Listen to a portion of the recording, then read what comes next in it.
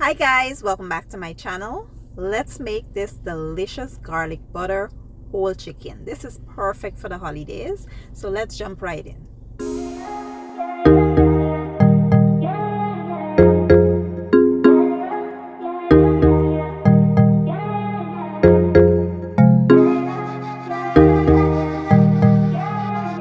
Okay guys, so let's start by brining our chicken first. To a large bowl, I will add some water and then we will add some sugar and salt, equal parts. We will also add some accent for that punch of flavor, and then we'll place our chicken in here breast side down. Now I'm not using any herbs or aromatics in this brine. It is just plain and simple. So once we place our chicken in here, we'll cover and allow this to rest in the fridge overnight. Then tomorrow I'll show you guys the next step.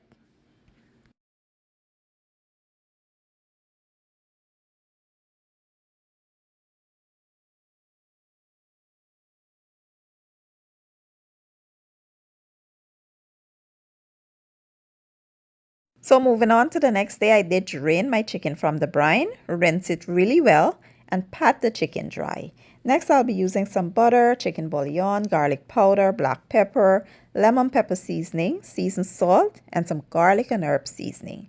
The garlic and herb seasoning I'm using is Mrs. Dash. It has no salt in it. I avoid using a lot of salt for this recipe since we brine the chicken. You know, once you brine your chicken, it will have that flavor and taste all the way through, so you don't need a lot of seasonings on top. So once we combine all those seasonings really well, we'll go ahead and drizzle some oil over top of the chicken. Make sure it's nicely coated on all sides. Then we will season up the chicken. Make sure you get some in the stomach, in the breast. You know, just do the usual. Once we are done seasoning it, we will place that butter in the breast. This is 1 stick of butter I'm using, but I just slice it in half. And we will place one on each side of the breast. Then we will allow it to rest for about 10 minutes while I get my air fryer ready. Now I'm using the air fryer today just to give people options. You know, sometimes you live alone and you're not in a big apartment and your air fryer is just convenient. So I just want to give people options. But if you don't have an air fryer, you can use your oven. And if you use your conventional oven, you may need to set it on a higher heat, like 375 or 400 for that chicken to roast nicely.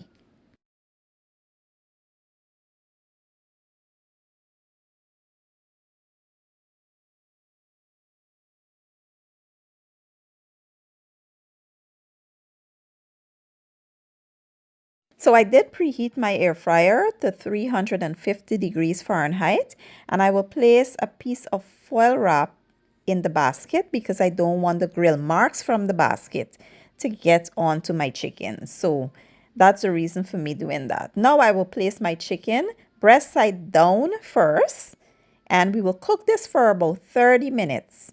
Then we'll flip it.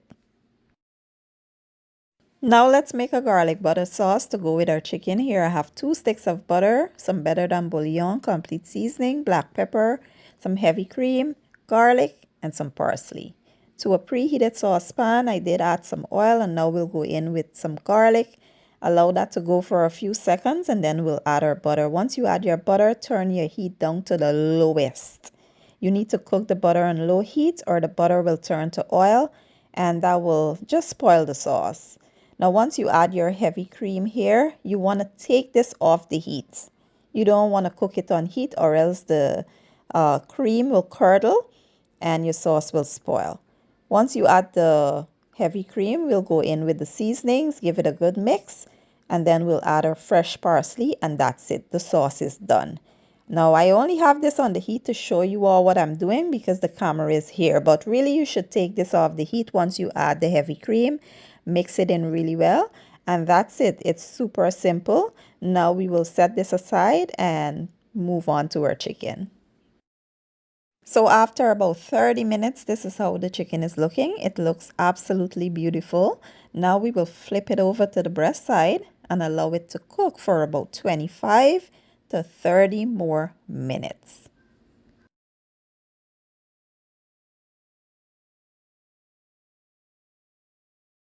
And after about 55 minutes in total, the chicken is finally done. It looks so gorgeous. I can't wait to dig in. So now I'll remove it from the air fryer and just set everything up for us to eat. So I did pair this up with some garlic mashed potatoes and some steamed broccolini. And let me tell you, the chicken didn't even need that sauce. It was so good on its own. It didn't need the sauce, but I'm glad that I made the sauce because it went well with the mashed potatoes. And I'm not even a chicken breast person.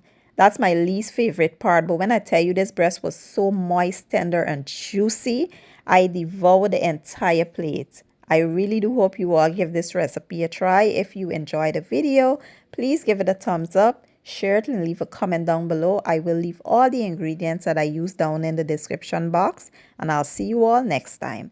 Thank you for watching and enjoy.